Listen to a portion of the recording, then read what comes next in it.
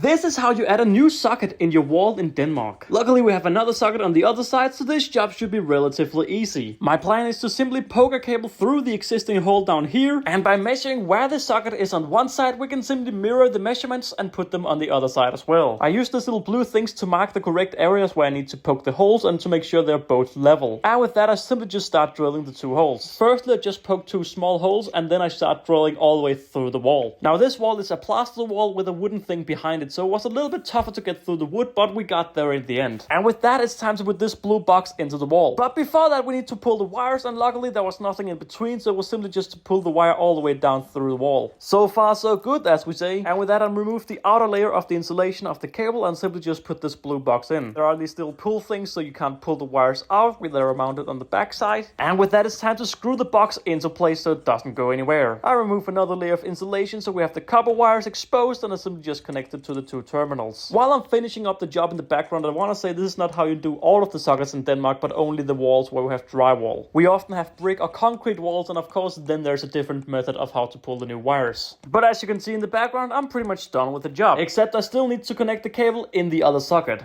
I put this little white thing in so you can't pull the wires out of the blue box, and because the box has so much room inside, I'm just gonna leave these wires being quite long because who cares, it's all gonna fit in there. Finally I make sure everything is up and working, and it is, lovely. And I put on all of these white things so you can use the switch once again. Finally I just wipe all of my fingerprints away, if there are any at least. But then the customer also let me know that they had an outdoor light that someone had hit with the car, and they wanted it to be removed. I asked whether they wanted to be replaced, and they were like, no, we need this removed. Alright, no need to worry about that, the electrician will handle this. It didn't take long before I was a proper sweaty man, and yet I still wasn't able to remove this box here. But finally, after a lot of working, I removed this entire massive thing. Like, why was this so long? Either way, it's time to finish off the job and make these two cables disappear forever underground. And before people go crazy in the comments saying like, oh, this is not gonna be watertight, it's not gonna last a day. Yes it is, there's glue and stuff in here, so once you heat all of this, the heat shrink or whatever it's called expands and there's glue everywhere, and basically this creates a watertight solution, and I think it's actually IP67 if you do it correctly, which of course we always try to do. And with that, the outer layer is also heat shrunk all the way in, and we now have a finished cable that can be hidden underground. I put a little red marking on top, and then it's just time to fill up the hole once again. This was a lot easier than removing the dirt, but with that the customer also said, hang on, can you also switch the lights out in the kitchen? I was like, yeah, for fuck's sake, I may as well at this point. Don't worry, that's not what I said to the customer. I said, sure, can do. I removed the two old lights, I put up two brand new ones. The customer asked if I could put the driver inside this cabinet. I'm like, sure, can do, my lady. And with that we suddenly had some brand new lights with some brand new power. Where's the driver? No one knows. You definitely can't see it behind all of these things. And look at that, two brand new lights. With that it was time for customer number 2, but we're gonna skip that because that was hella boring, and we went to customer number 3. Now if you saw yesterday's video, you'll recognize this place, and it's time to finish off the job. We're working with some outdoor lights, and first of all we need to put this final light down. It's simply like a little click connect system, IP68, so we can all just hide it all away. Wow, IP68? No, 67, you know that. Either way, because we've just been digging in the ground, the soil is very loose, and yeah, as you can see, the light is not stuck at all. So therefore it's very important to jump on the dirt to make sure everything is nice and secure. The customer also got a cable for a brand new sensor, but oh my god, there's no holes in the sensor. What will we do?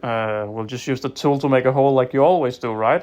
With the membrane in place, it's time to put this sensor up and make sure it's working, and bam, bada, boom, boom, boom, boom. There we go, a sensor's up and running. Finally, I simply just connected the new installation to the old installation, and oh, it looks very disgusting. Yeah, good thing you can't see it because there's a glass thing in front. And with that, it's time to check out whether the power is working, and would you look at that, this power is working. What about the new lights? Oh, they're also working. Oh my god, they should call me an electrician. Either way, we just needed to program the sensor so it doesn't turn on and off during the day, and with that, the lights are now all up and working. Would you look at that, my man? And with that, I just want to say thank you all very much for watching. See you next week.